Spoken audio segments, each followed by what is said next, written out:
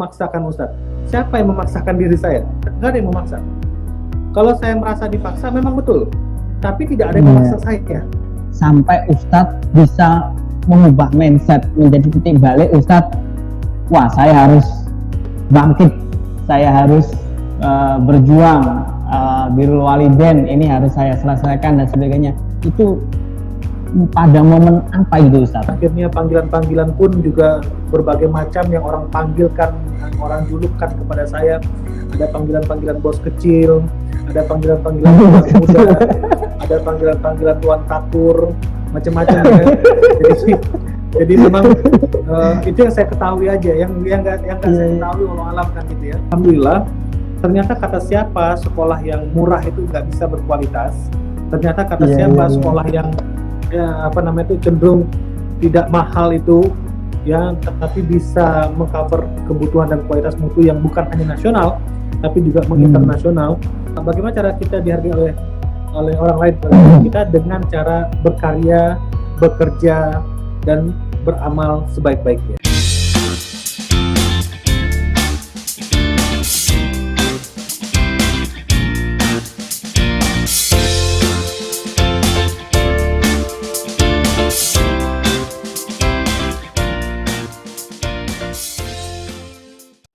Terkadang kita tidak selalu mewujudkan cita-cita sendiri, oleh keadaan dituntut untuk berhasil, dan itu jauh lebih tidak mudah. Terlebih dalam kondisi usia muda, banyak yang memandang sebelah mata. Ucapan kerap diabaikan, tanpa pengalaman dianggap tak cakap dan sekedar teori. Butuh waktu dan butuh bukti untuk percaya dan didengar. Namun dengan konsistensi, kesabaran, dan ketekunan, ia pun akhirnya berhasil melewati itu semua. Ia adalah Direktur Pendidikan Dunia Al-Azhar Jambi atau Dias Jambi, yaitu Ustadz Muhammad Hafiz El-Yusufi SPDI MM. Saya Rohmat Widodo, sejam ke depan akan memandu Anda berbincang dengannya dalam gelar bicara ini tentang pengalamannya dalam membangun reputasi diri di lembaga pendidikan yang dibangun oleh orang tuanya sendiri, tentang lika-likunya dan juga pembelajarannya yang akhirnya mampu memimpin Dias Jambi dan bertransformasi hingga menjadi lembaga pendidikan Islam yang terlengkap dan terbesar di Provinsi Jambi.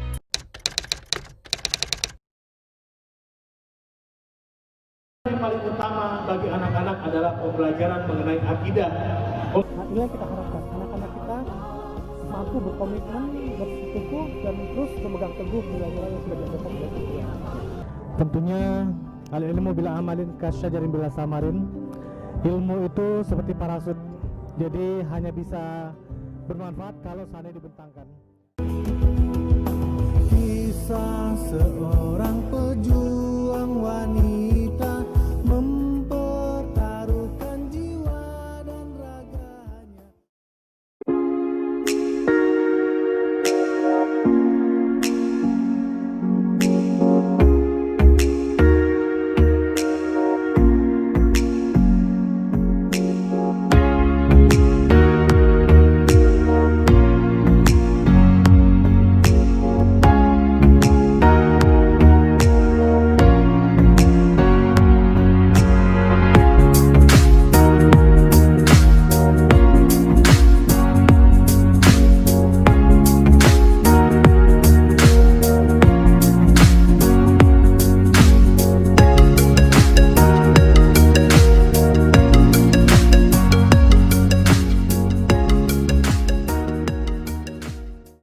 Assalamualaikum warahmatullahi wabarakatuh.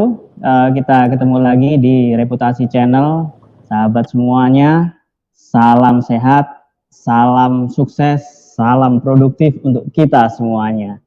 Nah, kali ini kita Rabu 24 Juni 2020 sesuai dengan tema pembahasan kali ini, yaitu strategi akselerasi sang penerus.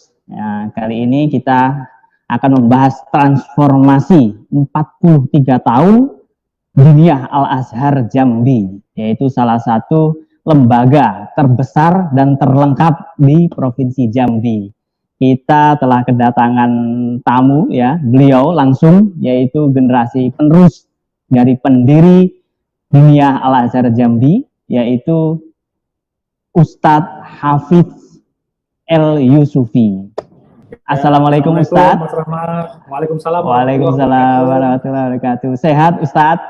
Alhamdulillah baik. Ya. Baik. Kita kali ini akan membahas tema sesuai yang sudah kita jadwalkan Ustadz. Saya ingin Ustadz berbagi cerita, kisah, dan juga inspirasi Ustadz tentang bagaimana sebagai sang penerus Diniyah Al-Azhar Jambi, perjuangannya sampai ke 43 tahun dan sekarang sangat luar biasa sekali, menjadi lembaga pendidikan yang sangat lengkap. Senang hati berbagi bersama pemirsa reputasi kali ini. Wah, saya sangat berbangga dan sangat sangat mengapresiasi sekali bisa diundang ke lamannya, ke berandanya reputasi ini. Wah, luar biasa. Iya. Ustadz, kita ingin membahas dari mulai awal Ustadz. Ustadz Hafiz ini mulai bergabung di Al-Azhar Jambi sendiri, dilibatkan oleh Umi Rosmaini sebagai sang ibunda. Itu sejak kapan Ustadz? Mungkin boleh dijelaskan dan diceritakan kisahnya seperti apa Ustadz? Ya, jadi kalau ditanya soal bergabungnya kapan, secara legal, struktural, memang saya baru dilibatkan sejak tahun 2009 ya. Itu pun sebenarnya memang karena keterpaksaan juga ya. Saya tidak malu mengakui ini adalah sebuah keterpaksaan karena memang barangkali ada hikmah di balik kebaikan-kebaikan itu memang ada kalanya memang harus dipaksakan seperti itu. Apalagi memang yang namanya perjuangan tidak ada sesuatu yang saya pikir bisa dilaksanakan dengan sesuatu yang kita senangi semata. Tapi justru malah perjuangan itu justru malah kita melawan nafsu kita, melawan keinginan kita, melawan keegoisan kita, dan akhirnya itu membuat kita menjadi sebuah hal, menjadikan ini sebagai hal-hal yang berpikir untuk masa depan yang jauh lebih baik ke depannya. Tapi kalau untuk di masa kecil saya, jadi sebenarnya Umi sudah melibatkan saya dalam banyak hal, dalam banyak urusan. Tapi bisa dibilang ya mungkin bahasanya lebih dikenalkan lah seperti itu. Dengan dikenalkan dengan urusan-urusan, oh begini loh memang mengurus pesantren, begini kalau kita menjadi pemimpin, begini kalau kita menjadi seseorang yang berkiprah di rumah tangga dan juga berkiprah di masyarakat, di umat, segala macam, dan seperti itu. Jadi di masa kecil saya memang sudah dibiasakan ketika Umi bertemu dengan pejabat, pemerintah, kemudian ulama-ulama, tokoh-tokoh, saya selalu mengekor, bahasa gitu ya, mengekor dengan diajak Umi untuk bertemu dengan orang-orang yang sekaliber memang punya kapasitas baik itu keilmuan maupun jabatan dan peran dan yang kuat di masyarakat maupun di pemerintahan.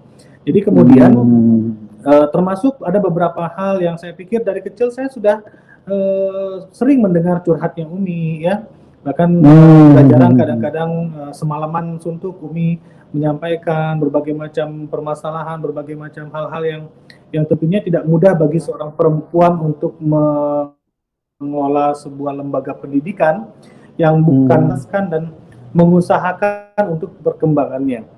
Nah, jadi berdasarkan pengalaman-pengalaman empiris seperti itu menjadikan diri ini sebagai bagian daripada fungsi dan penentu daripada kemajuan lembaga ini, maka tentu saya tidak kaget lagi gitu loh, karena memang sudah dari kecil pengalaman empiris itu didapatkan, termasuk dalam hal-hal yang lain kayak contoh-contoh berbagai kegiatan, berbagai program-program kepesantrenan. Bahkan saya sering dilibatkan pada hal yang belum pada masanya seperti itu. Misalkan nih, ada kegiatan-kegiatan untuk santri kelas aliyah. Terus kemudian saya juga ikut di dalamnya, walaupun sebenarnya baru sebatas anak bawang, peserta ikut-ikutan, segala macam seperti itu. Iya, iya, iya. Jadi dulu itu sebuah kebanggaan, misalkan kalau Umi mau pergi ke Jakarta, misalkan ya, apalagi bagi kita yang tinggal di daerah Sumatera kan, Jakarta merupakan magnet yang cukup melihat Jakarta itu adalah sebuah kebanggaan. Dari mana? Dari Jakarta. Itu masa lalu itu Iya, iya, Jakarta betul, itu betul. Iya. Umi mau berangkat seperti itu, mau melaksanakan suatu kegiatan atau urusan. Jadi memang saya berusaha bagaimana caranya meyakinkan agar saya itu memang layak untuk diajak dan tidak dipastikan memang tidak mengganggu urusannya Umi gitu kan ya. Karena ya tahu sendiri memang anak-anak umur bayangkan umur 7 tahun, umur 8 tahun. Umur 7 tahun dulu itu ya. Betul, ya, saya ingat sekali umur 6 tahun saya udah diajak ketemu Mbak Tutut, Ibu Siti Hardianti Rukmana, anaknya Pak Harto. Saya ingat sekali. Pak Harto. Semua kejadian, semua hal-hal yang dijalankan pada masa kecil itu yang menjadi ingatan saya sampai sekarang.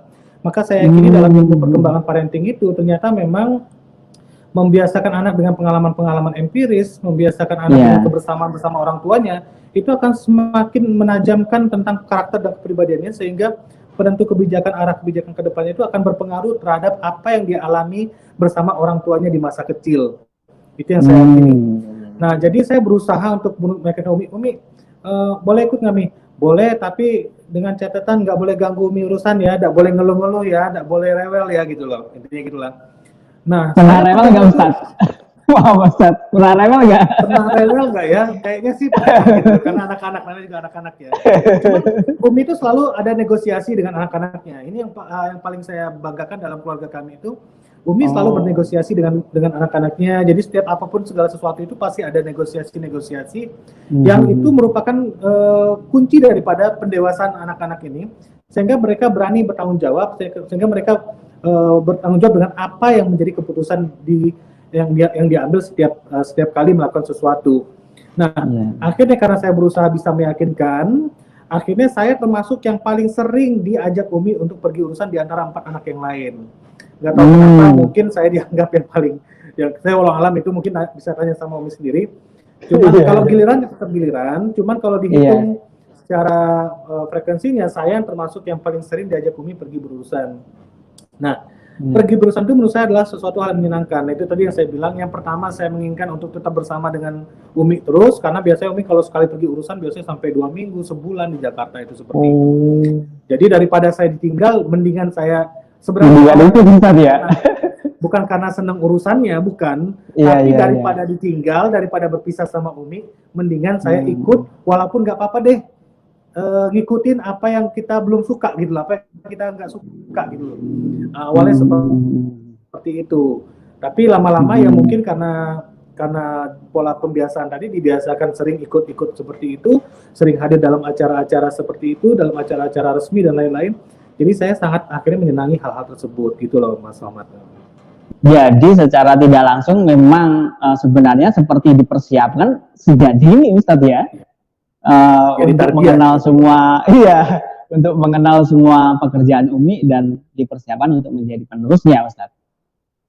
Seperti itu, Ustadz ya, kalau saya menyimpulkan. Nah, cuman begini, Ustadz. Ketika Ustadz bergabung, itu memang tadi kan sempat disinggung, ada seperti keterpaksaan gitu, Ustadz. Kenapa, Ustadz? Apakah memang sebenarnya belum siap, waktunya belum tepat, atau bagaimana? Boleh di-sharingkan, Ustadz?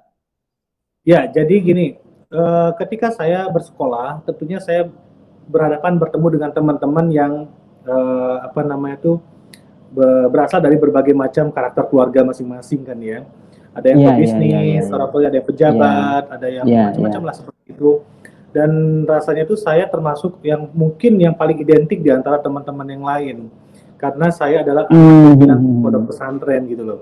Anak seorang pimpinan pesantren. Nah, jadi di mata teman-teman memang saya lebih mudah dikenali dan mudah menarik mereka untuk mendekat dan ataupun akrab dengan saya. Jadi sehingganya itu yang akhirnya membuat saya berpikir bahwasanya tentang apa yang menjadi pengalaman hidup Umi, tentang keluh kesah Umi dan lain-lain, itu menjadikan saya sebenarnya bukan nggak suka ya, tapi saya lebih senang dengan karakteristik yang entrepreneurs gitu, kayak pengusaha kayak gitu, awalnya seperti itu. Karena menurut saya banyak orang yang belum memahami karakteristik daripada apa yang dijalankan oleh orang tua saya, yang kalau bapak saya boleh dilihat, beliau yang tamatan luar negeri tahun 70-an, bayangkan tamat luar negeri, itu pulang menikah dengan ibu saya dan tidak ada gengsi-gengsi, nggak sungkan-sungkan, memang pagi mengajar, sorenya megang cangkul seperti itu. Bahkan zaman dulu ibu saya dan bapak saya itu mungkin belum apa namanya itu, ketika belum punya supir, bahkan berganti-gantian bawa mobil, kadang ibu saya, kadang bapak saya, terkesan seolah menjadi supir segala macam seperti itu. Namanya anak remaja pasti kan membawa nama besar orang tua, itu tidak sederhana Ustaz ya. Dan di situ menjadi beban gitu Ustaz. Adakah Ya. rasa seperti itu atau kayak gimana Ustaz? Mungkin bisa Ya dilanjutkan. betul Ustaz. sekali. Jadi memang Ya. karena saya itu dikenal sebagai anak pimpinan pondok, bapak saya memang gelarnya LC ya kan, dari Saudi Arabia gitu. Jadi Iya, zaman dulu iya. kan LC itu apa segala macam gini-gini, orang memang ada cukup memang identik, dan saya agak berbeda dengan teman-teman yang lain memang. Nah, Iya. jadi di mata saya memang ada sedikit hal-hal yang memang membuat banyak orang cenderung nggak paham dengan apa yang dilakukan oleh orang tua saya. Karena orang tua saya pada zaman itu menurut saya memang sudah melampaui batas zamannya. Artinya Iya. ya tidak dipikirkan oleh orang pada zamannya pada saat itu, bapak dan ibu saya melakukan itu. Jadi sebagai Iya, seorang iya. anak yang waktu itu belum memahami, jadi saya cenderung memang insecure, jadi merasa kurang percaya diri dengan apa yang menjadi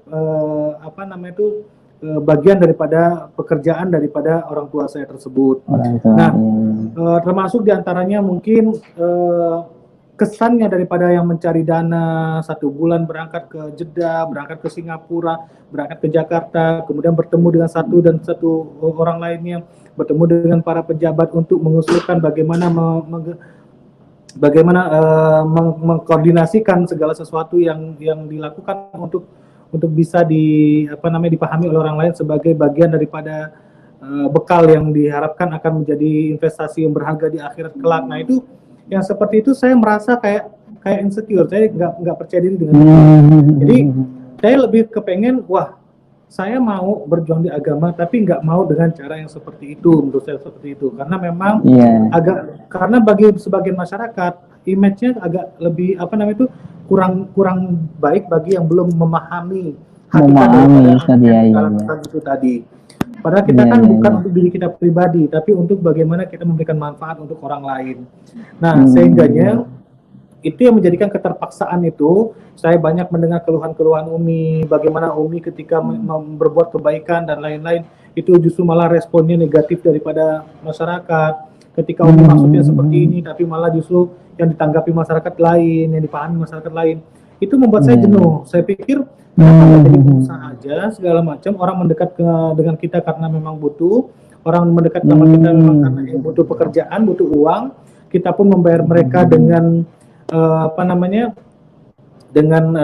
segala sesuatu yang udah dia kerjakan, terus kemudian kita bayarkan gajinya, dan itu selesai sampai di situ, dan kita pun ibaratnya tinggal bagaimana memposisikan laba keuntungan tadi untuk hal-hal yang memang bermanfaat dan nggak perlu cari-cari dana. Saya pikir begitu awalnya.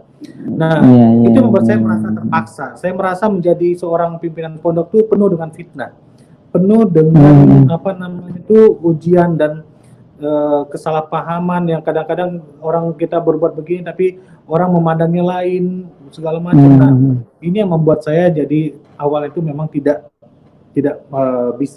belum bisa menerima hal seperti itu, termasuk diantaranya adalah pekerjaan yang berat, yang nggak ada durasi waktunya, yang nggak ada masa Ustaz, ya, betul. jamnya, ya kan, seperti itu. Iya, betul ya. Bisa istirahat, bisa libur.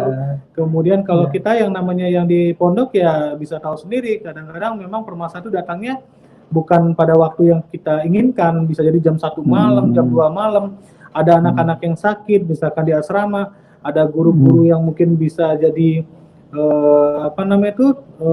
membuat masalah di waktu-waktu yang mungkin di luar jam kerja kita, maka mau tidak mau kita harus siap dengan kondisi waktu yang 24 jam yang kita manfaatkan tadi adalah untuk semuanya adalah untuk pekerjaan. Nah, kalau kita paham ini adalah pekerjaan, tentu capek, tentu kita nggak terima. Iya, Tapi betul. sekali lagi yang diajarkan untuk kita adalah bagaimana apa yang kita kerjakan tadi harus berorientasi kepada ibadah, nilai-nilai ibadah kepada Allah Subhanahu wa taala, sehingga kita tidak perlu surut tentang bagaimana, tentang waktu yang kita habiskan banyak, tentang bahkan kita sendiri belum tentu bisa kita pikirkan, tapi sepanjang hidup memikirkan orang lain. Nah, itu yang membuat saya awalnya belum tertarik dengan yang namanya menjadi penerus tadi, pimpinan Penerus tadi. TV ya, iya.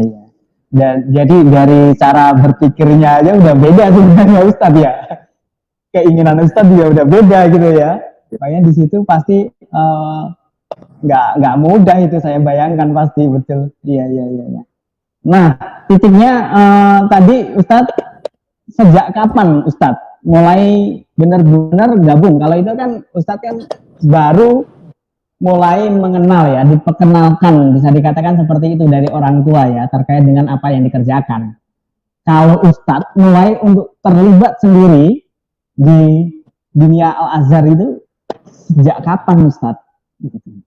Ya, jadi 2009 saya pulang dari Mesir, tepatnya memang diminta pulang oleh orang tua, bukan saya pulang sebenarnya, karena memang wallahu alam apa hikmah dibalik itu semua saya yakin, tapi ada tujuan ataupun ada faktor-faktor yang membuat secara pengalaman yang mungkin tidak bisa disampaikan oleh orang tua, tapi mungkin karena bisa dirasa, yang akhirnya membuat saya dimintakan untuk pulang pada tahun 2009 tadi.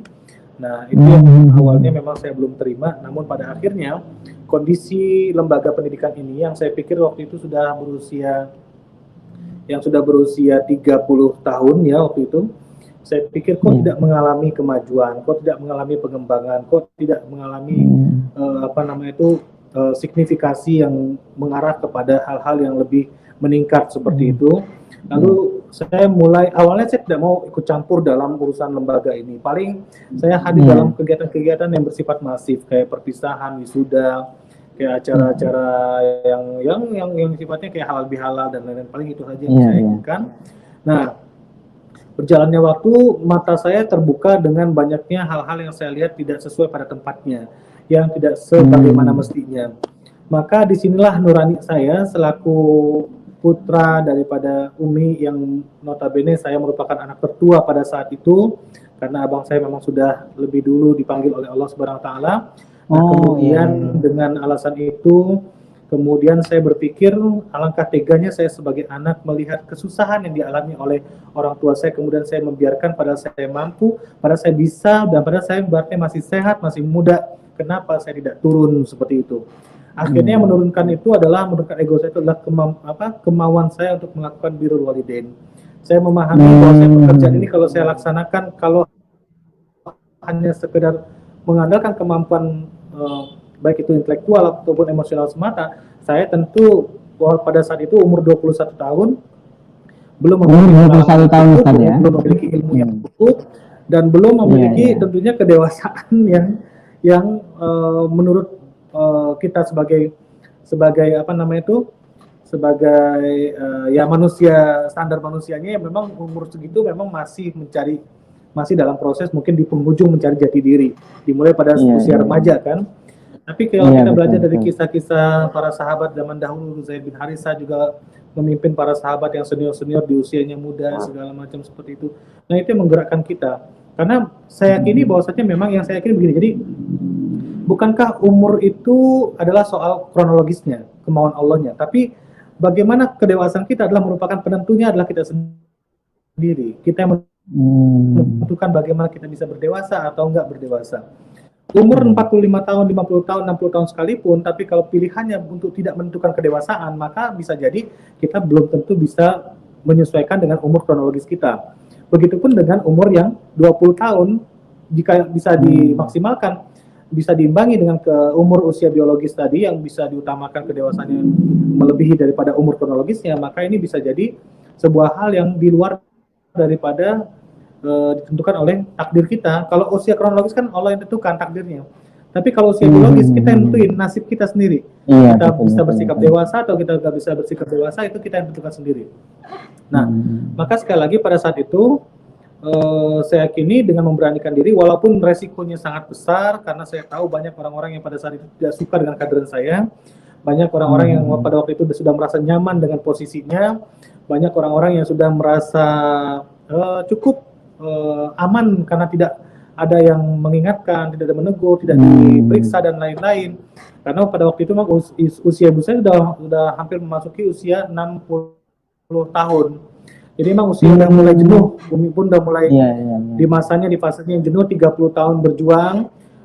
Mungkin yang seperti itu, ya kalau usia 5 tahun, 10 tahun saya lihat Umi memang nggak ada lelahnya, nggak ada capeknya. Tapi usia hampir 30 tahun perjuangan itu, apalagi dengan meninggalnya abang saya, kemudian juga habis kecelakaan juga pada waktu itu, ya kan, kemudian sempat jatuh juga di Bukit Tinggi itu kan, nah seperti itu. Jadi memang terus ditambah lagi dengan adanya penyakit baru gula kan, seperti itu. Nah ini yang membuat sudah semakin jenuh dan cenderung sudah hampir menyerah-nyerahkan saja ke orang lain, seperti itu.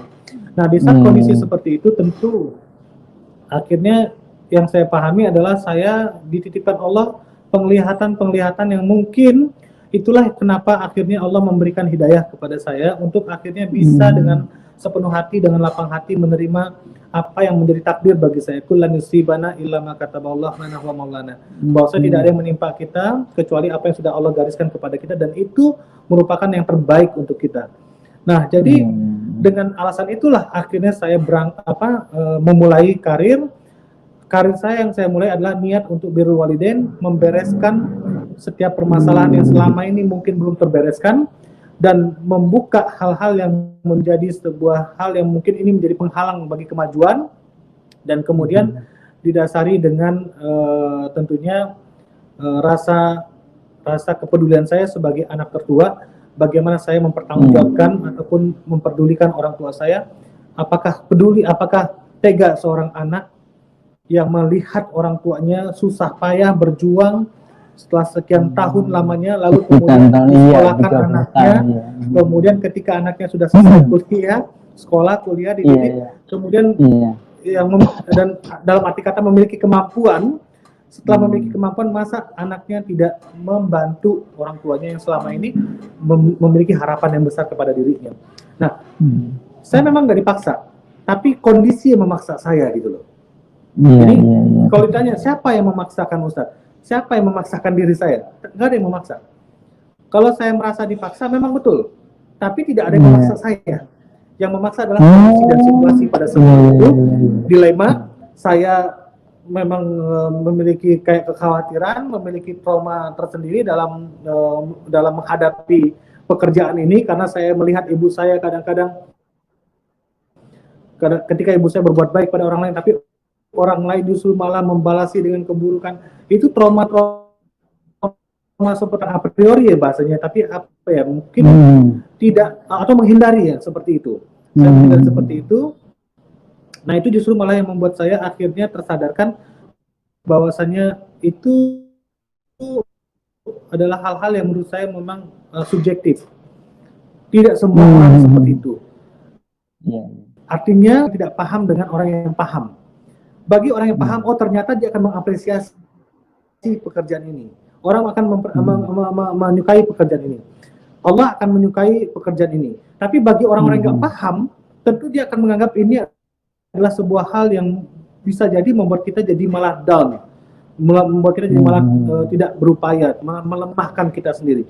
Nah itu yang membuat saya akhirnya berdasarkan melihat kondisi di lapangan, melihat sesuatu yang tidak sesuai pada tempatnya, melihat sesuatu yang tidak sebagaimana mestinya, itu yang akhirnya menggerakkan saya, membangkitkan semangat saya, membuat saya akhirnya melangkahkan awal kaki saya untuk hal-hal yang seperti ini. Bismillah, faiza azam tawakkal Allah, saya niatkan, ya Allah, saya ceburkan diri saya ke lingkungan ini. Nah itu yang membuat saya sampai hari ini malah justru nggak bisa keluar.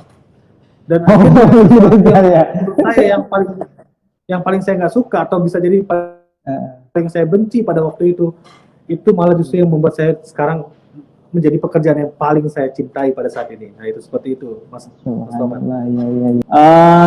Titiknya Ustadz, itu kan tadi yang Ustadz ceritakan, namanya awalnya ada penolakan, merasa ketakutan, ada rasa ketakutan seakan-akan terbayangi betapa perjuangannya nggak mudah dan sebagainya. Sampai Ustadz bisa mengubah mindset menjadi titik balik Ustadz, wah saya harus bangkit, saya harus berjuang, birrul walidain ini harus saya selesaikan dan sebagainya. Itu pada momen apa itu Ustadz? Mungkin bisa diceritakan itu Ustadz. Karena itu pasti proses kan, iya kan Ustadz ya? Ya. Jadi begini, Allah punya cara tersendiri untuk bagaimana membuat hambanya itu menjadi lebih baik kan seperti itu ya. Kadang-kadang memang cara Allah itu tidak sesuai dengan apa yang kita mau kan gitu. Bisa jadi wa asan takrahu syai'an wa huwa khairul lakum wa asan tuhibbu syai'an wa huwa syarrul lakum kan gitu kan ya. Kadang bisa jadi menurut kita baik, kata Allah nggak baik seperti itu. Kadang betapa banyak yang menurut kita nggak baik, kata Allah itu yang terbaik untuk kita. Jadi banyak hal yang pada saat itu ketika saya sedang menolak-nolaknya, ketika saya sedang menghindarnya gitu loh. Ya walaupun sebenarnya saya tidak menghindar-hindar banget, tapi saya itu berusaha pelan-pelan menghindarinya seperti itu karena saya juga memiliki kasih sayang yang sangat kepada orang tua saya. Tentu itu membuat saya semakin tidak bisa lari daripada tanggung jawab ini. Tapi semakin saya lari dari tanggung jawab itu, Allah semakin menegur saya.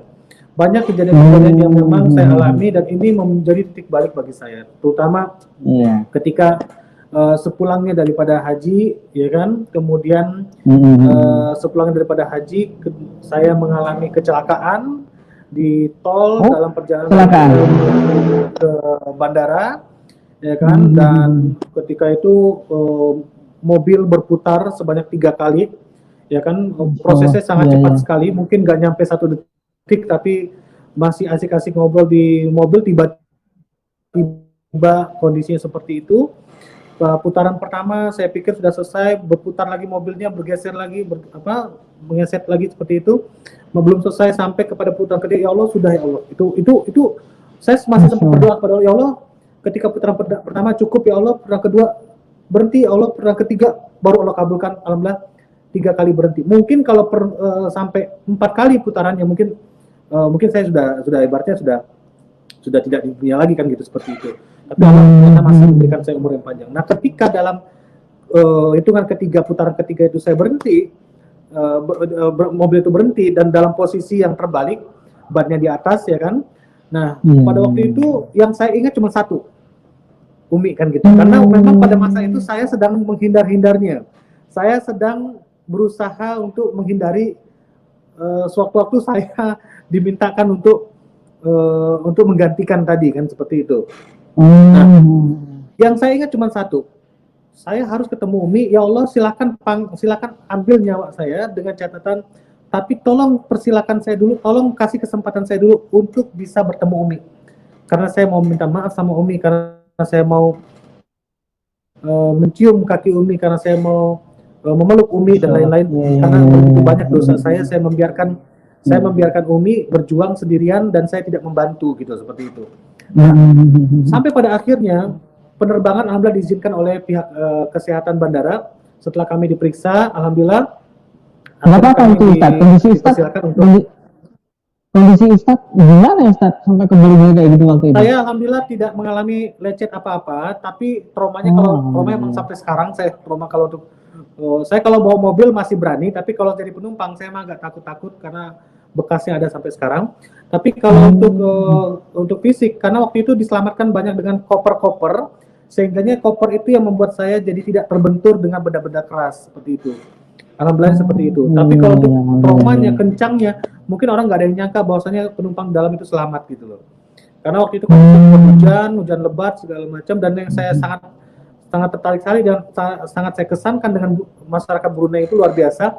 Ketika kami mengalami kecelakaan itu, barang-barang kami satupun nggak ada yang hilang, satupun terjaga dan masih utuh seperti itu.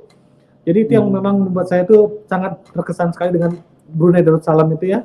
Jadi ada sejarahnya, bagi saya ada sejarah tersendiri Brunei Darussalam itu. Nah, kembali ke cerita yang tadi. Jadi disitulah saya akhirnya meminta kepada Allah, ya Allah, sampai saya ketemu dulu, kalau emang engkau mau ambil nyawa ini silakan ambil, tapi izinkan saya bertemu dengan Umi dulu. Nah gitu loh. Nah sampai di Jakarta, di Brunei itu waktu itu Umi belum tahu kejadiannya.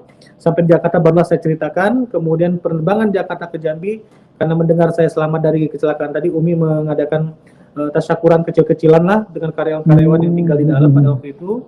Nah, berdoa bersama, tasyakuran, alhamdulillah selamat daripada musibah. Dan benar saya lakukan itu semua, dan semenjak itu saya menjadi pribadi yang apapun yang diinginkan oleh orang tua saya berusaha untuk tidak mentidakkan. Karena menurut saya memang sudah sepantasnya seorang anak memang harus bisa membahagiakan orang tuanya. Dengan apalagi dengan kemampuan yang dia miliki untuk membahagiakan orang tua, sangat ibaratnya tidak rasional sekali kalau seorang anak mampu membahagiakan orang tua tapi dia tidak membahagiakan orang tuanya. Nah, semenjak itulah saya berpikir bahwasanya ya sudah, mungkin ini jalannya saya, mungkin ini awal titik balik saya, mungkin ini adalah permulaan karir saya, dan mungkin inilah jalannya yang Allah tunjukkan kepada saya. Mungkin teman-teman yang lain silakan menjadi pengusaha, ada yang jadi PNS, ada yang menjadi diplomat, segala macam ya. Kalau saya justru malah pada saat ini saya bangga dengan pilihan Allah untuk saya. Yang Allah pilihkan adalah jalan terbaik, jalan untuk menemui surganya Allah Subhanahu wa taala. Mudah-mudahan apa yang saya kerjakan ini menjadi jalan bagi untuk saya bisa memasuki surganya Allah Subhanahu wa taala itu. Oh, gitu titik baliknya Ustadz ya. Tapi ini Ustadz, itu kan dari dalam diri Ustadz ya, bisa menerima. Sedangkan dari pihak yayasan, dari pihak dia sendiri, waktu itu kan namanya masih muda Ustadz, tadi ceritakan 21 tahun ya bergabung. Itu kan umumnya seringkali kan dipandang masih ya belum punya pengalaman dan sebagainya, bisa dikatakan kasarnya ya dipandang sebelah mata. Umumnya seperti itu kondisinya. Tapi kalau yang dialami Ustadz sendiri, bagaimana itu Ustadz dulu Ustadz? Ya, saya mengalami yang namanya ya apa ya namanya, bisa dibilang memang bukan nggak dihargai ya, apa ya namanya, mungkin bisa dibilang dianggap remeh, dianggap kecil, itu pernah saya alami. Dan memang wajar saja mereka memiliki penilaian seperti itu, karena Allah pun juga nggak akan bisa menaikkan derajat kita kalau kita nggak berbuat apa-apa, kalau kita nggak memiliki ilmu, kalau kita nggak nggak bekerja, kalau kita nggak berkarya. Mana ada manusia di muka bumi ini yang bisa menghargai manusia lainnya tanpa ada karya, tanpa ada ilmu, dan tanpa kerja nyata yang bisa dilihat dipandang oleh makhluk lainnya. Nah, jadi pada saat itu sempat ada tekanan yang kuat dalam diri saya, itu stres karena apa, saya ingin merubah tapi tidak ada yang mendengar, saya ingin mengajar tapi tidak ada yang mengikuti, sampai pada akhirnya panggilan-panggilan pun juga berbagai macam yang orang panggilkan, yang orang julukkan kepada saya. Ada panggilan-panggilan bos kecil, ada panggilan-panggilan tuan muda, ada panggilan-panggilan tuan takur, macam-macam ya. Jadi memang itu yang saya ketahui aja, yang nggak saya ketahui walau alam kan gitu ya. Nah, jadi pada saat itu saya sempat dalam kondisi seperti itu, saya ingin merubah tapi nggak ada yang mau menerima, saya mau mengajak tapi nggak ada yang mau ngikut. Akhirnya membuat saya stres sendiri gitu loh. Saya stres sendiri, ibarat saya main bola tapi yang lainnya ibaratnya sibuk sendiri, saya akhirnya yang sibuk hanya ibaratnya memikirkan golnya. Tentu kan ibaratnya kita satu tim nggak bisa seperti itu. Betul, waktu itu sempat saya mengeluhkan kepada Umi dengan harapan Umi akan mendapatkan saya akan mendapatkan jawaban yang sesuai dengan yang saya harapkan, yaitu pembelaan. Yang saya berharap pada waktu itu Umi akan menaikkan dan akan memerintahkan seluruh orang-orang yang ada di bawah kepengurusan kita untuk bisa menerima saya. Ternyata jawaban Umi enggak.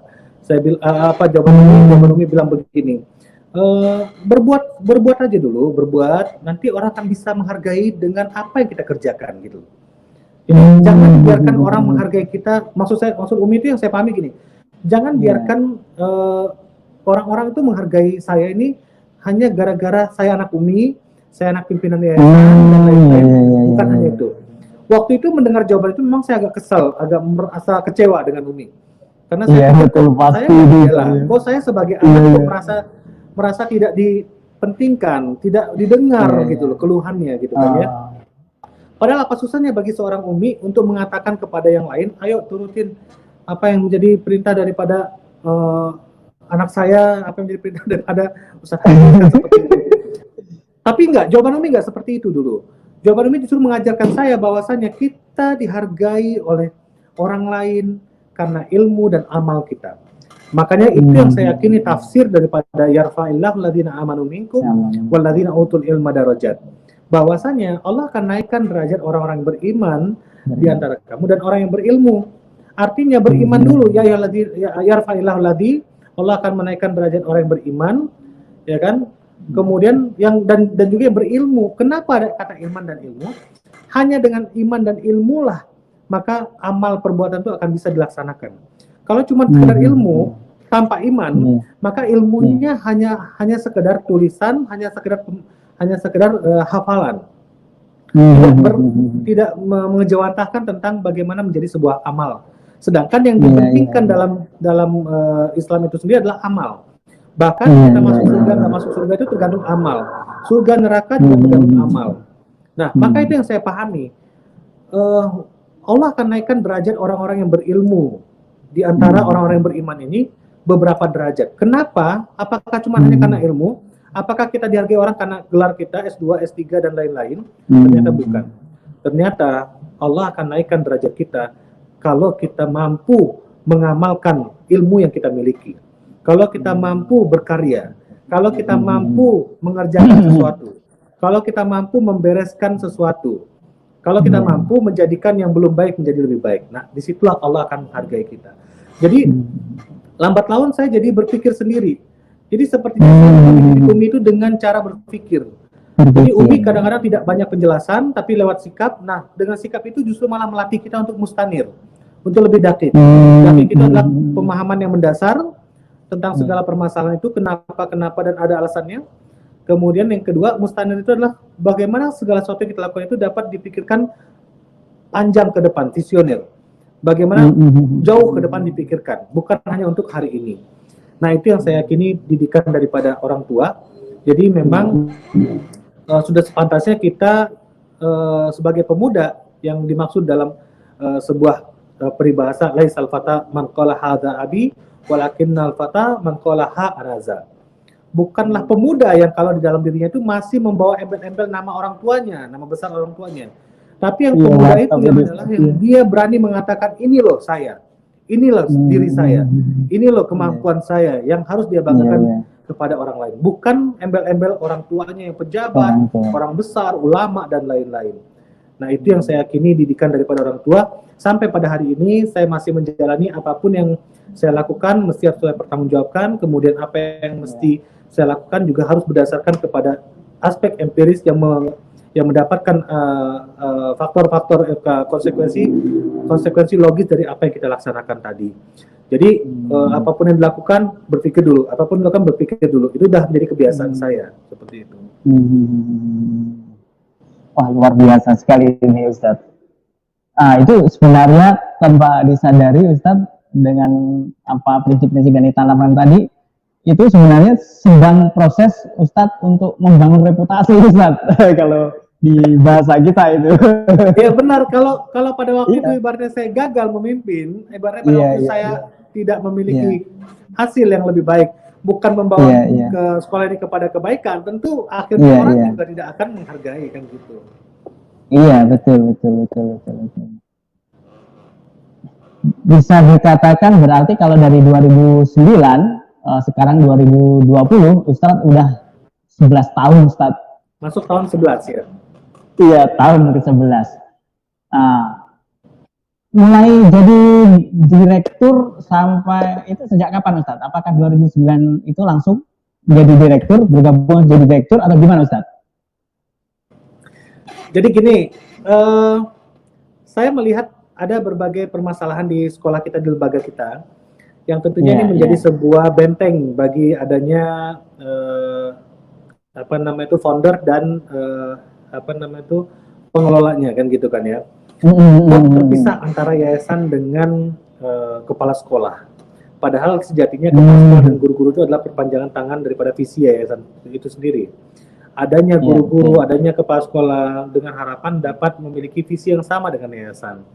Nah, pada waktu itu ketika saya masuk, saya tentu tidak mau ibaratnya menjadi apa namanya itu menggantikan orang lain, prinsipnya seperti itu. Saya juga nggak mau membuang orang lain ataupun saya menggantikan posisi orang lain, saya nggak mau seperti itu. Yang saya lihat, kebetulan juga saya melihat adanya sesuatu yang harus dijembatani antara yayasan dengan sekolah. Maka timbullah pemikiran saya bahwasanya, oh kenapa tidak kita buat fasilitator terhadap terbangunnya komunikasi dan hubungan yang baik antara sekolah dan yayasan. Maka dari itu saya duduk di tengah-tengah di antara yayasan dan sekolah tadi. Maka timbullah ide pemikiran untuk saya duduk menjadi sebagai direktur. Saya menjadi direktur nggak ada di SK-kan, nggak saya sendiri, saya menunjuk diri saya sendiri, saya memposisikan diri saya sendiri. Kemudian saya mengerjakan diri saya sendiri. Kemudian saya menuliskan rencana-rencana kegiatan sendiri yang pada akhirnya ujung-ujungnya harapan saya dengan munculnya posisi direktur ini akan menjadi problem solver terhadap permasalahan sekolah yang terjadi di masa-masa yang lalu seperti itu. Nah, maka alhamdulillah sampai pada saat ini kondisinya lembaga kita sudah memiliki kepengurusan yang menjadi ada kepengurusan yang bisa dikatakan yaitu sebagai fasilitator dalam menghubungkan antara sekolah dengan yayasan. Karena dua-duanya berbeda dalam lingkup fungsi dan tugasnya. Sekolah memiliki fungsi dan tugas yang berbeda, yayasan juga memiliki fungsi tugas yang berbeda. Maka untuk menguatkan dua fungsi ini, maka butuh yang namanya kelembagaan yang disusun dengan dipimpin oleh direktur pendidikan, yang di dalamnya ada kepala-kepala divisi, dan kemudian juga ada beberapa kepala unit namanya seperti itu. Wah, ya. Terobosan yang luar biasa itu, Ustaz. Itu benar-benar visioner berarti Ustaz ya, memunculkan sesuatu yang baru dan itu memang sangat dibutuhkan. Itu memang benar-benar original dari Ustadz ya, ada jabatan direktur pendidikan itu awalnya. Iya. Yeah. Nah, kan 11 tahun Ustadz menjadi direktur pendidikan di Dinia Al-Azhar Jambi. Saya ingin tahu Ustadz, dulu waktu gabung awal sebenarnya dari sisi jenjang pendidikan itu sampai apa? Apakah udah sampai punya cabang-cabang 3 itu? Apakah posisinya pas seperti itu? Apakah udah sampai memang tinggal melanjutkan dari sisi manajemennya itu aja? Atau memang ada pertumbuhan dari jumlah sekolah, jenjang sekolahnya, pendidikannya, dan juga hal-hal lain, terutama mungkin dari sisi pembiayaan ya. Biasanya kan tantangannya untuk sebuah pendidikan kan biaya. Di situ kan sangat umum dialami semua gitu, yayasan pendidikan itu Ustaz. Apa aja Ustaz? Mungkin bisa dijelaskan Ustaz. Ya. Jadi begini, ketika saya kembali setelah menimba ilmu, sempat menimba ilmu di Al-Azhar Mesir, kemudian saya kembali ke Jambi kan ya. Kemudian yang saya lihat adalah yang pertama, kenapa saya duduk di Jambi, karena memang menurut saya dengan duduknya kita di Jambi, di ibu kota, itu akan lebih memudahkan mewarnai beberapa lembaga pendidikan yang ada di kabupaten seperti itu. Masyarakat kita belum sama dengan masyarakat di Jawa. Kalau di kita ini memang cenderung masih menganggap urgent posisi-posisi daripada lembaga-lembaga pendidikan itu sendiri, domisi-domisi dari lembaga pendidikan itu sendiri. Kemudian saya juga melihat bahwasannya memang faktor perkembangan daripada sebuah daerah itu sangat menentukan juga arah pendidikan dan kemajuan daripada lembaga pendidikan tersebut. Maka daripada itu saya putuskan pada waktu itu untuk fokus membangun ataupun membereskan permasalahan-permasalahan ataupun membangun sekolah yang ada di Jambi ini, yang pada waktu itu sudah memiliki TK, SD, SMP, dan SMA, TPA Playgroup juga sudah ada, kemudian juga ada perguruan tingginya. Nah, pada waktu itu dengan harapan sehingga kalau branding ini sudah kita dapatkan, sudah dikenal oleh masyarakat, sudah diketahui oleh masyarakat, dan sudah sangat dipahami arah kebijakan pendidikannya oleh masyarakat, maka ketika kita nantinya untuk menggolkan sasaran jangka panjang untuk mewujudkan adanya sekolah Islam terpadu yang berkualitas untuk menjawab tantangan dan kebutuhan masyarakat di setiap daerah di kabupaten di Provinsi Jambi ini, itu akan Iya. lebih memudahkan karena kita sudah punya nama, sudah punya bendera tadi. Hmm. Nah, sehingga harapan seperti itu. Nah, makanya saya fokuskan dengan harapan kemarin rencananya 5 tahun saya akan fokus di Jambi. Kemudian setelah itu rencananya 5 tahun berikutnya saya akan fokuskan di Bungo. Sampai pada tahun berikutnya 5 tahun di Kabupaten Tebo. Kenapa fasenya ada 5 tahun 5 tahun?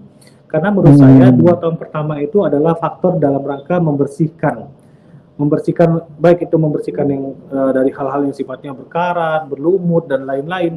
Itu 2 tahun itu adalah masa di mana kita perlu membereskan, mengembalikan seperti semula kembali. Karena yang saya kelola ini bukan lembaga baru, tapi lembaga yang sudah berjalan. Maka daripada itu kita perlu menstandarkan terlebih dahulu. Kemudian fase berikutnya, fase 2 tahun berikutnya, setelah 2 tahun kita membereskan, barulah kita bisa melakukan berbagai macam inovasi, bisa berbagai macam kemajuan, mengisi, membangun, menambah dan lain-lain. Nah, dari 2 tahun itu tentunya setahun berikutnya adalah fase di mana kita bisa memaksimalkan, mempatenkan segala sesuatu yang menjadi sebuah kemajuan tadi.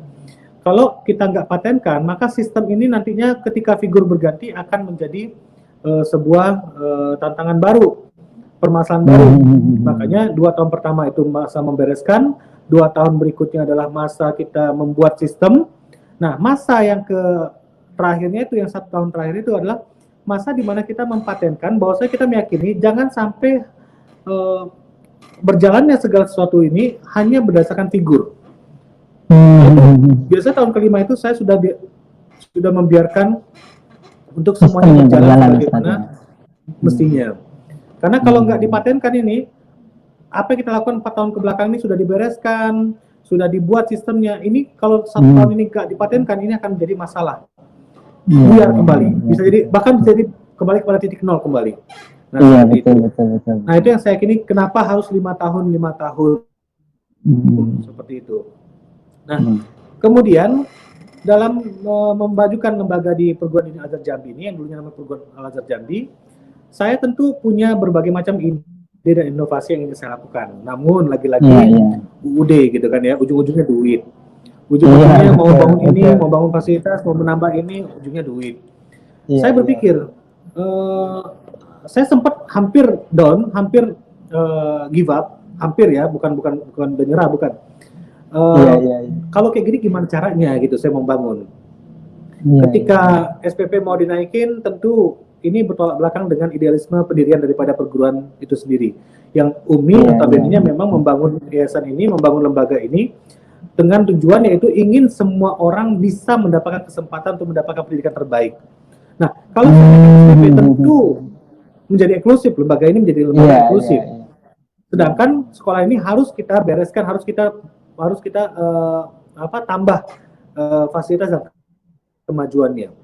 Nah, ini membuat saya akhirnya berpikir berulang kali sehingga sempat hampir give up juga, menyerah juga. Tapi akhirnya Allah menunjukkan jalan. Allah, kalau kita yakin sama Allah, kalau kita mengadu sama Allah, kalau kita bangun malam hari tahajud, maka Allah akan langsung memberikan jawaban dari permasalahan yang setiap permasalahan yang kita hadapin kan gitu. Akhirnya membuat saya berpikir, dulu kan saya pengen jadi pengusaha gitu kan ya. Kenapa nggak saya gabungkan pola entrepreneurs ini dengan ya akhirnya kan saya berpikir gini, kalau saya membuka usaha yang kalau di luar gitulah, pasti akan membagi waktu saya dengan akhirnya merubah fokus saya menjadi yang tadinya fokus ke pendidikan, berarti ada sambilan, ada sampingan kan gitu, gitu ya. Lalu saya berpikir kenapa saya tidak membangun ataupun memanfaatkan potensi yang ada. Contohnya memang masyarakat sekolah kita pada waktu itu berjumlah 1.000 lebih, ya kan? Masyarakat sekolah ini ada yang namanya wali murid, ada yang namanya guru, ada yang namanya karyawan, ada yang namanya siswa, yang mereka juga memiliki kebutuhan yang harusnya bisa kita fasilitasi. Contohnya apa? Contohnya seragam sekolah, kemudian jajanan, kemudian juga makanan-makanan dan minuman dan lain-lain. Dan kemudian juga kita butuh snack ya, roti dan segala macam. Kenapa nggak kita coba untuk mengcover kebutuhan tadi? Tidak usah ibaratnya orang lain yang kita berikan untuk peluang untuk memanfaatkan potensi lembaga ini. Kenapa nggak kita yang mengambil potensi ini? Kenapa nggak kita yang mengambil peluang ini? Nah, akhirnya itu yang membuat saya akhirnya berpikir sekali jalan 2-3 pulau terlampaui itu, maksudnya kita Iya, bisa iya. fokus mengurus pendidikan dan unit usaha merupakan bagian daripada faktor pendukung daripada kemajuan pendidikan yang kita kelola. Itu harapannya seperti itu. Nah, alhamdulillah Brilliant banget ya, pencapaian unit usaha ini sempat mencapai puncak tertingginya itu sampai 130 juta per bulan. Itu memiliki apa namanya dengan itu belum dikelola oleh kalangan profesional, masih memang menjadi harapan bagi kita semua. Yang diutamakan adalah bagaimana segala sesuatu itu bisa dilaksanakan dengan sebaik-baiknya, terlengkapinya kebutuhan fasilitas sekolah, kemudian juga harapannya juga menjadi target laba, kemudian juga berkaitan dengan kinerja daripada unit usaha itu sendiri yang mendorong tercapainya dua target tadi. Yang pertama itu memfasilitasi kebutuhan masyarakat sekolah dan target laba tadi. Nah, dengan itu alhamdulillah ternyata kata siapa sekolah yang murah itu nggak bisa berkualitas, ternyata kata siapa sekolah yang apa namanya itu cenderung tidak mahal itu ya, tapi bisa mengcover kebutuhan dan kualitas mutu yang bukan hanya nasional tapi juga menginternasional. Karena itulah tadi menurut saya, oh ternyata memang kuncinya ada pada kemampuan kita membangun kemandirian dan memanfaatkan potensi dan sumber daya yang Allah berikan kepada kita, kesempatan yang Allah berikan kepada kita, jangan pernah diambil sia-sia ataupun jangan pernah dianggap sepele. Itu sepertinya seperti itu. Nah, alhamdulillah dengan tidak mengganggu dana SPP, dengan tidak mengganggu dana-dana uang masuk, alhamdulillah pembangunan di Dinia Al Azhar sendiri dapat terus dikembangkan dengan tentunya tidak harus memiliki bisnis di luar lembaga yang membagi porsi nantinya, yang membagi fokus kita, namun bisa kita sejalankan dengan bagaimana kita melengkapi kebutuhan tadi, dengan akhirnya kita bisa memaksimalkan potensi yang ada dan unit usaha ini menjadi sebuah faktor pendorong dalam kemajuan lembaga pendidikan kita. Dan bisa untuk bangun gedung dan sebagainya itu, Ustaz. Termasuk belanja marching band ya kan, termasuk membangun laboratorium yang mungkin nggak bisa di-cover oleh dana-dana uang pembangunan dan uang SPP sekolah ya kan. Kemudian juga termasuk membeli bus operasional ya kan. Nah, jadi sifatnya kayak dukungan-dukungan pendidikan seperti itu, ya kan. Nah, makanya akhirnya alhamdulillah kita bisa menjawab kebutuhan dan tantangan tadi, termasuk mengembangkan unit-unit usaha baru, kemudian juga bisa membangun sarana olahraga, ya kan. Kemudian juga bisa membuat taman dan lain-lain. Tapi kalau untuk basic-basic basis pembangunan gedung sendiri, itu bisa dibilang kita baru mensupport kita 30-40%, belum semuanya juga. Tapi yang kita support dari unit usaha ini adalah kayak sarana pendukung, kayak misalkan kayak itu tadi saya bilang marching band, kebetulan marching band kita makanya bisa sampai menjuarai sampai ke internasional kan. Nah, karena adanya dukungan seperti itu. Kalau kita harapkan hanya dari SPP mungkin agak sulit ya. Nah, kemudian laboratorium, sanggar-sanggar musik, kemudian juga sarana-sarana ekstrakurikuler siswa, kemudian lapangan-lapangan olahraga, kemudian juga berbagai sarana dan prasarana lainnya. Nah, itu yang kita dukung dan support dari unit usaha ini gitu. Bisa dikatakan ini cita-cita Ustadz dengan cita-cita Umi jadi bergabung jadi satu, Ustadz. Di dunia pendidikan, entrepreneur saling melengkapi, jalan semua. Iya, betul.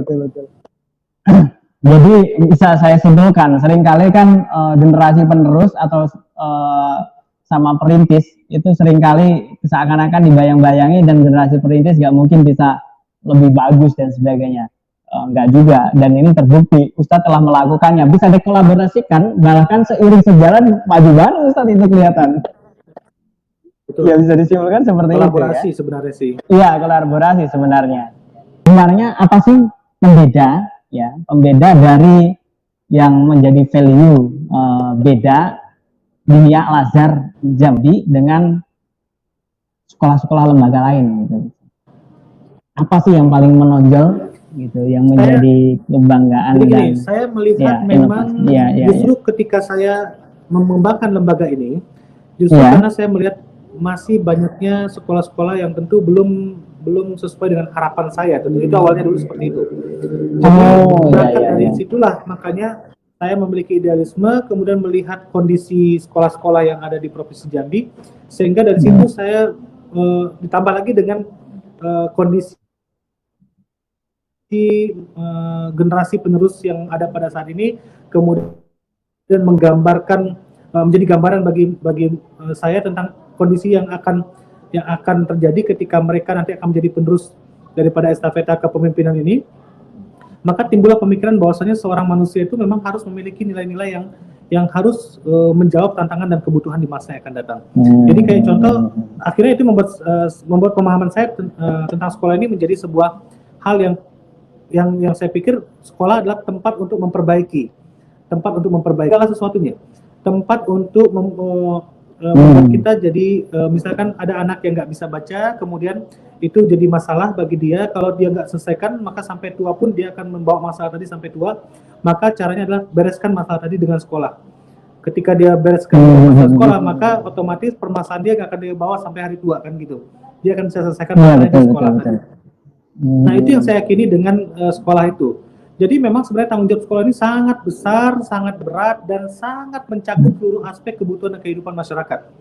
Makanya kalau kita menginginkan lembaga pendidikan itu hanya sekedar yang mendapatkan ijazah ataupun menjurus kepada keprofesian tertentu, itu menurut saya belum namanya sekolah. Tapi itu anggaplah itu sebagai lembaga yang bisa mengantarkan mereka ataupun hanya sekedar untuk menggolkan keinginan mereka. Nah, tapi kalau menurut saya lembaga pendidikan itu adalah bagaimana tempat untuk kita bisa membereskan semua permasalahan yang ada pada diri kita utamanya gitu. Jadi kalau ada anak yang nggak bisa sholat, kemudian ketika dia nggak bisa sholat, tentu itu jadi masalah bagi dia. Kalau masalah ini nggak dibereskan, maka sampai tua pun dia akan membawa masalah tadi dan justru akan menambah masalah-masalah baru lainnya. Maka kalau dia ingin membereskan masalah tadi, mereka harus sekolah. Dengan sekolah dia akan membereskan masalah tadi sehingga masalah tadi tidak perlu dia bawa sampai hari tua dia gitu loh. Nah, itu pertama yang harus kita pahami tentang bagaimana saya memandang sekolah. Saya memiliki pemahaman tentang Dini Al-Azhar ini yang saya lihat perbedaannya dengan sekolah lain. Dini Al-Azhar tentunya yang memiliki perbedaannya adalah mengenai orientasi bekerjanya. Ketika banyak orang yang berorientasi tentang keduniaan, ketika banyak orang yang berorientasi terhadap benda mati, ya kan, terhadap gaji, uang dan lain-lain, yang saya yakini justru malah kalau di Al-Azhar, jika menggunakan orientasi tersebut, maka bisa jadi nilai-nilainya tidaklah sama dengan apa yang menjadi nilai bagi yang lain-lainnya. Maka orientasi bekerja ini menjadi sebuah nilai tersendiri bagi kita. Kemudian yang kedua adalah di sini kita nggak pernah memandang-mandang pekerjaan. Ya, mau direktur sekalipun yang namanya pegang sapu segala macam, kita tidak memandang ke arah situ. Artinya pekerjaan ini pekerjaan yang ditugaskan oleh cleaning service. Oh, kalau saya harusnya nggak pegang sapu. Oh, ini pekerjaan-pekerjaan yang harusnya dikerjakan oleh sini, nggak ada seperti itu. Yang kita lihat adalah bagaimana kebermanfaatannya. Sukses itu bukan soal mendapatkan yang terbaik, tapi menurut saya adalah sukses itu adalah bagaimana kita mampu memberikan yang terbaik. Itu yang saya yakini, yang akhirnya membuat kita tidak pernah memandang-mandang pekerja itu dengan status-statusnya ataupun kestatusannya yang membuat kita terkotak-kotakan dari segi amal, padahal yang berhak menilai amal itu cuma Allah Subhanahu wa taala. Manusia nggak boleh menjudge amal kita apakah itu amal yang rendahan atau amal tinggi. Yang membedakan kita hanya ketakwaan di sisi Allah Subhanahu wa taala.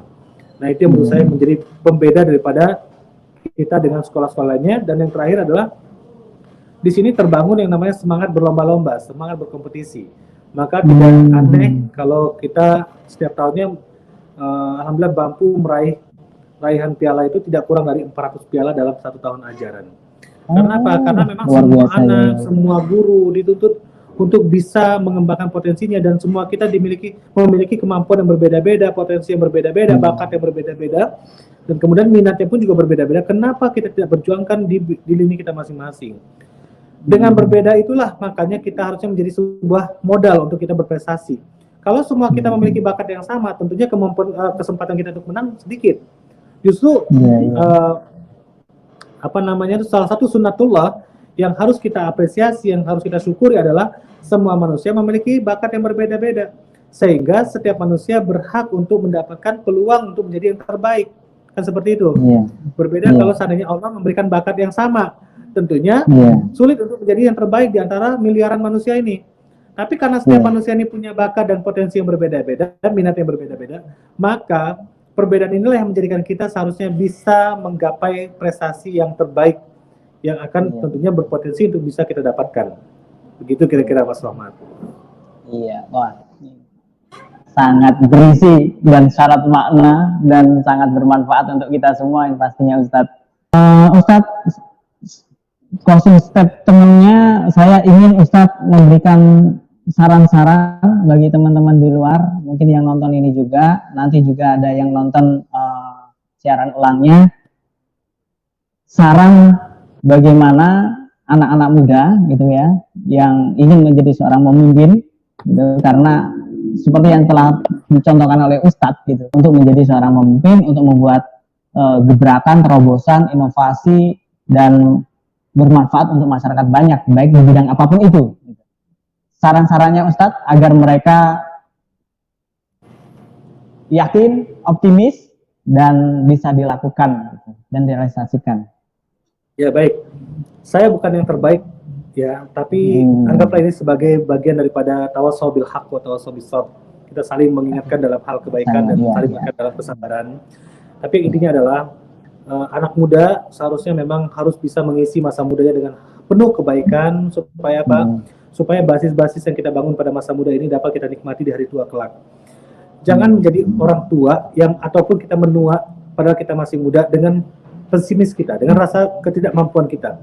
Jadikan kepemudaan kita ini, jadikan masa muda kita ini sebagai bagian daripada batu loncatan kita untuk bagaimana potensi yang kita miliki dengan sebaik-baiknya ini. Maka yang kita pahami adalah potensi terbaik itu adalah masa muda itu. Kalau anak-anak, walaupun dia masih baru lahir, tapi dia belum bisa berjalan, belum bisa berpikir. Kalau remaja masih suka tidak memiliki flat dalam pemikiran. Kemudian hal yang terbaik adalah bagaimana kita memanfaatkan waktu muda dengan sebaik-baiknya. Kita akan bisa terus muda seiring dengan optimisme yang ada pada diri kita itu sendiri. Nah, kemudian saya memahami bahwasanya muda tua itu bukan soal umur ya, tapi muda tua itu adalah soal rasa, ya kan? Kalau kita tetap merasa muda, kalau ada orang tua sekalipun yang umur 65 tahun, 70 tahun, tapi kalau jiwanya masih muda, semangatnya masih muda, pikirannya juga masih cemerlang, kemudian dia juga memiliki visi yang semangat yang tinggi, maka dia masih akan merasa muda. Dengan merasa muda itu dia masih akan tetap bisa menjalankan aktivitasnya dengan menurunkan umurnya, dengan lebih meningkatkan stamina-nya. Dia akan doktrin, dia akan tersugesti dengan bagaimana dia tetap merasa muda. Tapi begitu pun sebaliknya, betapa banyak anak-anak muda pada zaman sekarang ini yang kita lihat justru mereka merasa tua. Kenapa dia merasa tua? Karena dia merasa pesimis, karena dia tidak yakin dengan dirinya, karena dia tidak percaya dengan dirinya. Maka ini yang membuat dia, padahal dalam usia yang muda yang Allah berikan ini harusnya dia bisa manfaatkan dengan kebaikan-kebaikan yang berlipat banyaknya, karena dia memiliki potensi yang sangat baik, memiliki kemampuan yang sangat baik. Tapi sayangnya karena sikap pesimis, sikap tidak percaya diri tadi, sikap yang kurang yakin dengan dirinya sendiri tadi, itu yang membuat dia sehingga merasa tua. Dan ketika dia merasa tua, maka kemungkinan pun akan kecil untuk dia dapatkan. Maka jadilah anak muda yang terus merasa muda seiring dengan keoptimisan kita. Bagaimana kita mengendalikan diri kita dengan optimis, keyakinan bahwasanya tidak ada yang tidak mungkin dalam dunia ini. Semuanya pasti mampu, semuanya pasti bisa, dan semuanya pasti yakin untuk bisa kita lakukan dengan sebaik-baiknya. Dan tentunya buat teman-teman yang di luar sana mungkin ada yang mengalami nasib yang sama dengan saya. Kebetulan memang orang tuanya yang sudah mendahului terlebih dahulu sukses, menjadi bupati, menjadi gubernur, menjadi pengusaha, menjadi pimpinan pesantren, dan lain-lain. Tentunya tidak ada sesuatu yang membuat kita seharusnya menjadi minder. Justru itu menjadi sebuah anugerah yang tidak dimiliki oleh semua orang. Itu adalah mimpi semua orang untuk memiliki orang tua yang sudah berhasil, untuk memiliki orang tua yang sudah mampu menunjukkan, memberikan contoh lewat nasihat, bukan cuma lewat kata-kata. Orang tua kita berhasil menjadikan dirinya sebagai panutan. Orang tua kita berhasil menjadikan dirinya sebagai figur teladan. Maka tugas kita adalah bagaimana meneladaninya, bukan justru menyainginya, tapi jadikanlah itu sebagai kemampuan, sebagai penyemangat untuk kita mampu melakukan hal-hal yang terbaik yang bisa kita lakukan. Kalau orang tua kita pada zamannya dengan segala keterbatasan mampu, kenapa kita yang pada zamannya kita sudah dilengkapi fasilitas dengan segala macam potensi yang dimiliki dengan orang tua yang juga mensupport, kenapa kita tidak bisa lebih daripada apa yang didapatkan oleh orang tua kita tadi. Nah, jadi jangan takut, jangan minder, jangan merasa tidak percaya diri, hilangkan bayang-bayang orang tua tadi, jadilah diri sendiri, to be yourself, dan jadikan diri kita adalah sebaik-baik orang yang nantinya akan dihargai oleh orang lain karena dirinya, bukan karena orang tuanya. Bagaimana cara kita dihargai oleh orang lain terhadap kita dengan cara berkarya, bekerja, dan beramal sebaik-baiknya. Maka orang lain akan menilai kita bukan dari orang tua kita, justru orang lain akan menilai kita dengan diri kita sendiri, dan tentunya menjadi pendorong dengan latar belakang pantas saja anaknya berhasil, orang tuanya berhasil. Itu yang jadi image di masyarakat nantinya. Mungkin begitu Mas Rahmat ya. Ya, baik. Terima kasih Ustadz. Ini atas sharingnya yang insya Allah bermanfaat buat teman-teman semuanya. Masih banyak banget pasti yang ingin dibicarakan sebenarnya. Yang ingin saya gali juga. Semoga aja di lain kesempatan nanti kita bisa bahas lagi. Tapi untuk kali ini kita digelar bicara strategi akselerasi sang penerus. Ya, transformasi 43 tahun Dias Jambi. Untuk saat ini mungkin kita akhiri. Saya ucapkan terima kasih kepada Ustadz Hafiz yang telah berbagi pengalaman dan juga inspirasi dan pemikirannya tadi semuanya. Semoga bermanfaat. Terima kasih Mas Rahmat. Terima kasih sama-sama. Semuanya. Ya. Semoga kita semua bisa mengambil memetik hikmah dan mudah-mudahan ada manfaatnya buat kita semua. Amin ya rabbal alamin. Amin amin ya rabbal alamin.